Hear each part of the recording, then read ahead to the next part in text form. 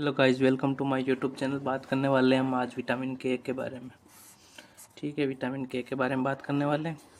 ये fat soluble vitamin है। हमने सारे फैट विटामिन ए, डी, के, ई के बारे में बात कर ली।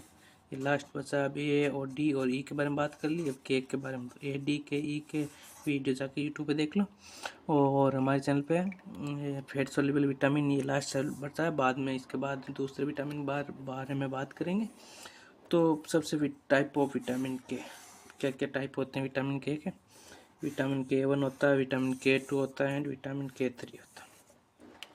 विटामिन के 1 फाउंड कहाँ होता है? ग्रीन लीफी, जैसे पालक हो गया, ब्रोकली हो गया। ठीक है, ब्रोकली केले में मिलता है। ब्लड क्लॉटिंग के लिए सबसे ज़्यादा इम्पोर्टेंट है विटामिन के 1। बात करते हैं विटामिन के 2 के बारे में। मेन एक्वाइडिन के प्रोड्यूस बाय गट बैक्टीरिया के द्वारा ये प्राप्त होता है। और फर्मेंटेड फूड जैसे नाटो, मीट, चीज़, एग योल चीज़, मीट आदि मिलता है। इम्पोर्टेंट फॉर बोन और हार्ट हेल्थ के लिए, हार्ट डिजीज वगैरह का टाइम विटामिन ई बहुत इंपॉर्टेंट होता है। विटामिन के 3 मेनेडाइन, ठीक है, सिंथेसिस फ्रॉम विटामिन के से सिंथेसिस होता है। अब बात करते हैं हम फंक्शन की। ब्लड क्लॉटिंग, तो खून को जमाने के लिए प्रोटीन बनता है जिससे ज़्यादा ब्लीडिंग नहीं होती, तो उसमें blood clots and prevent excessive bleeding के लिए। ठीक है, ब्लड क्लॉटिंग इस क्लॉट बनाना इसका विटामिन के का कार्य है। Bone health, second bone health, blood clotting हो गया। बोन हेल्थ क्या करता है? Maintain strong borne by adding in calcium regulation. ये क्या करता है? कैल्शियम का बोन में स्टोर करने में मदद करता है जिससे हेल्थी मजबूत होती है, हड्डी मजबूत होती है। Third number heart health, prevent calcium buildup in blood vessels, reduce heart disease risk.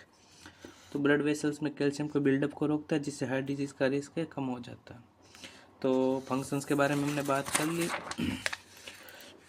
Vitamin के की डेफिशिएंसी, कमी के लक्षण। पहले कारण किस कारण से होता है? पुअर डाइट की वजह से।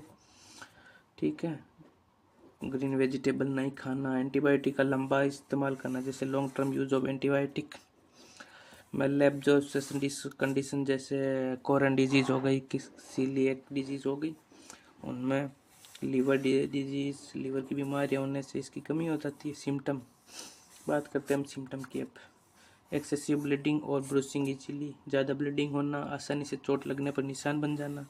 ब्लड इन यूरिन, स्टूल या यूरिन में खून आना। Weak bone, osteoporosis, vitamin weak bone weak हो जाना। ठीक है, तो बाद में रिकमेंडेड डेली डोज के बारे में बात करते हैं। तो 0 से 6 मंथ के लिए 2 mcg, 7 से 12 मंथ के लिए 2.5 mcg, 1 से 3 साल के लिए 30 mg, 4 से 8 साल के लिए 55 mcg होता है, 9 से 18 साल के लिए 60 से 75 mcg का यूज़ होता है।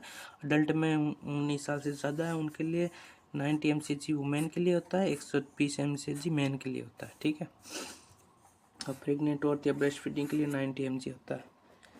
सोर्स ऑफ विटामिन के सोर्स की बात करते हैं, जैसे पालक हो गया, ब्रोकली हो गया, पुदीना हो गया, चीज़ हो गई, एग योल्क हो गया, मीट हो गया, ये सारी चीज़ें हो गई। विटामिन के सप्लीमेंट जो कि इंडिया में होते हैं, इंडिया में जैसे क्रम्बोब्रो के नाम से आती है, विक्टोफॉल के आता है, मेंडियोन टेबलेट आता है, विटामिन के का इंजेक्शन भी आता है जो न्यू बॉर्न बच्चे के लिए यूज होता है।